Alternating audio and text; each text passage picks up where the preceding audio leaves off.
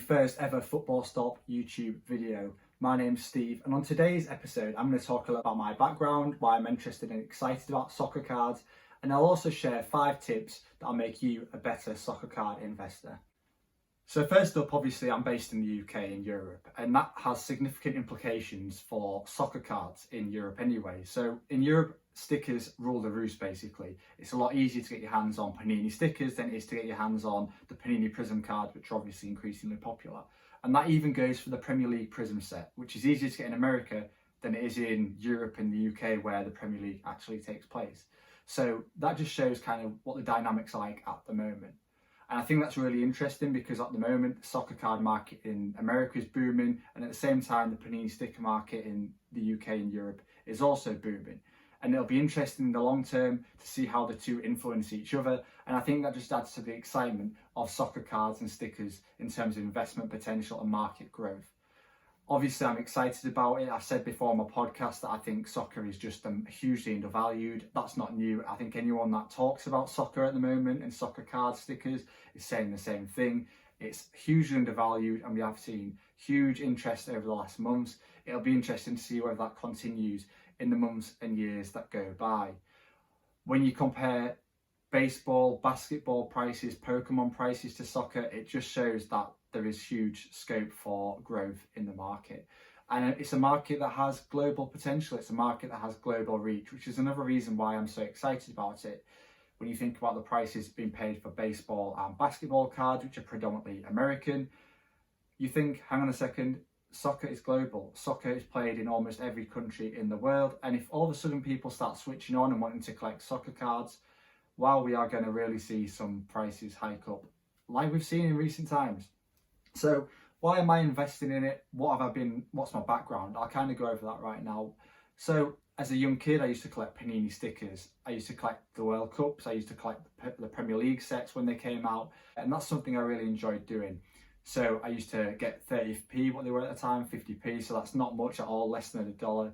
Go down to the local corner shop, buy a pack, rip it open, and fingers crossed I would pull out that sticker that I needed to complete a page or the album of that year. And that was Panini. So that was the Panini sticker collections. And how exciting was that? And that's something that we see continue this day, albeit on a much more different scale, because obviously people can go online and swap. We couldn't do that when I was collecting as a child, unfortunately. It was very much about getting on the playground and collecting. That's different dynamics right there straight away, and that's something I'll talk about in a future podcast. What are the implications for that? So as a collector myself, even to this day, I still collect Panini stickers. So modern ones, this is Billy Gilmore. This is from the most recent Premier League Panini sticker update from this year. So I collect Panini stickers. Obviously, I still collect Panini stickers from World Cups years gone by. So this is the 2006 sticker from the German World Cup, which is really hiked up in price recently. And of course, I do occasionally pick up some of the more popular players of modern game. I also pick up vintage. So this is a Johan Cruyff cardboard cutout off the side of a Weetabix packet, I believe. So I collect things like that. But what also got me into it is Pokemon. So I also sometimes dabble in a bit of Pokemon. So this is a Pikachu promo. I do have the complete base set. That just gives you an idea as to what else I get involved with. But ultimately, my biggest passion at the moment are soccer cards and stickers. So today, I'm going to go over the top 5 things that you need to know if you are getting into soccer cards or investing in soccer cards. So first up, if you're completely new to soccer cards and soccer collecting, you need to know about the manufacturers and the companies behind the cards. So first up, we've got Panini and Topps. They're the 2 main manufacturers at the moment. Panini are the Italian company behind the famous Panini sticker collections, and they're also behind the Panini Prism sets, which are now increasingly popular and well collected in terms of soccer cards. So for example, the Panini Prism 2014 World Cup set, the 2018 World Cup set. So Panini really are one of the manufacturers leading the way. We also have Topps, who are an American company quite famous in baseball, who currently have the Champions League rights for soccer. So yeah, they cover the Champions League, they have their Topps Living set, they have the Champions League Chrome sets at the moment. Then the two companies really vie for leadership at the moment in terms of the soccer card market. But the more you start to do your research and the more you start to look back at days gone by in terms of older soccer cards and stickers, you'll see that there's a whole host of companies that are either still involved or perhaps were involved previously because of football trade cards, and the kind of like rarer end of things, in my opinion. So in the UK in particular, where football soccer cards actually started in the late 19th century, companies then were using them as a way of advertising their businesses. So some of the rarest cards are actually cigarette and chocolate manufacturers. So it just shows that the more you research, the more you'll see there are numerous manufacturers out there from different countries that produce soccer cards. But the two main ones that you need to know if you are new to soccer card collecting to start with are Topps and Panini.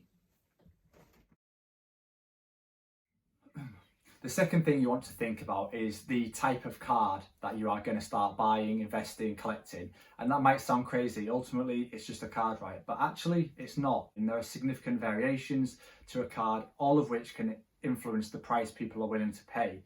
So, for example, you take Panini Prisms. Within that, you have different parallels. So cards tend to be different colours. That might be red, green, blue, hollow.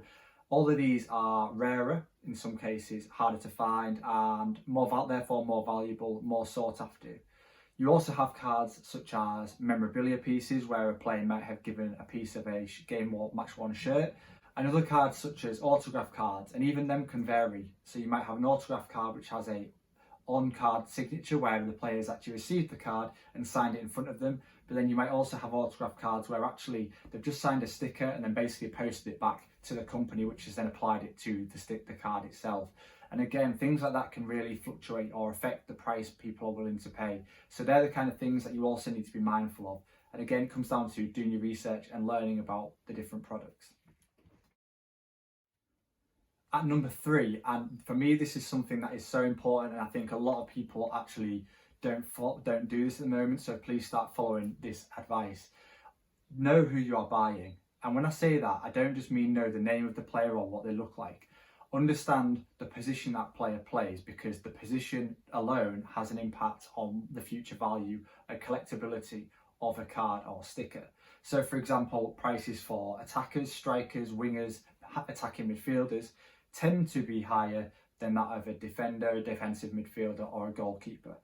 There are exceptions to that, and we are seeing people like Trent Alexander-Arnold kind of buck that trend. However, I would argue that Trent Alexander-Arnold is a very attacking wing-back in what is the best team in the world at the moment. So there is, again, a reason for bucking that trend. And again, that just reinforces the importance of understanding what a player adds to a team, and more about that player in terms of who they play for, the position, their age, what the likelihood is that they might play well in the future, what clubs they may end up at. All these factors influence the collectability and therefore price point of a soccer card or sticker.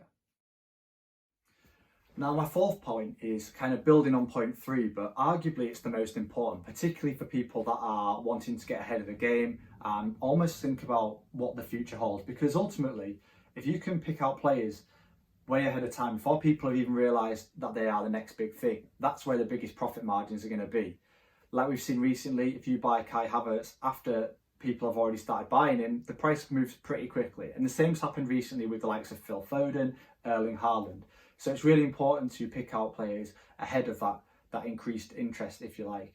And I'm going to ask a few questions to kind of make people think about what they need to be thinking about in terms of doing it. First up, how do the leagues differ, particularly in Europe? How does the Premier League compare to Bundesliga? How does that compare to La Liga? How does that compare to Ligue 1? How does that compare to Austrian football? How does that compare to Dutch and Portuguese football? How do all these leagues interact with each other, particularly in terms of transfers? Are teams in Portugal more likely to see their youngsters move into the Premiership, or is it vice versa? And the same question can be asked for Holland and La Liga. What if a player moves and when a player is likely to move? How do the transfer windows work? Which clubs create the best players in terms of youngsters? We see the likes of Ajax and Benfica supplying some incredible players, like the likes of João Felix, for example, into European football. And if you can predict that ahead of time, then again, you can pick these players' rookies up pretty cheap, whereas a lot of people will be picking them up later down the line, paying much higher costs. Who's going to turn international?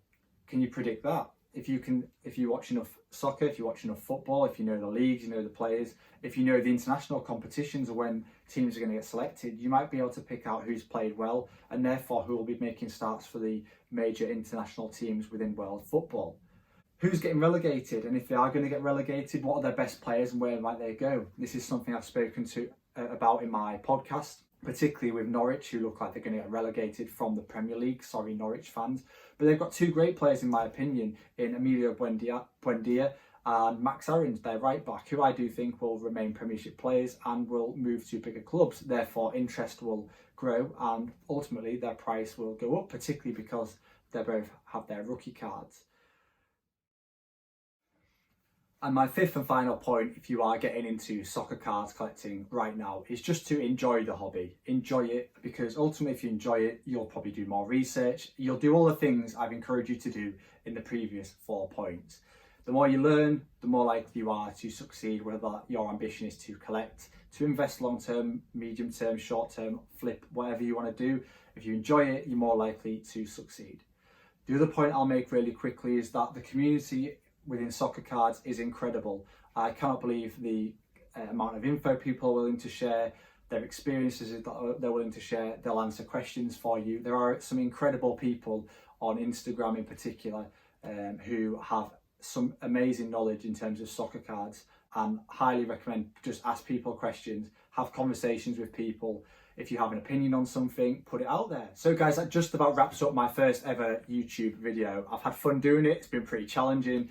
If you've enjoyed it, if you found something useful, if hopefully you have, please hit that subscribe button, and I look forward to doing this again soon.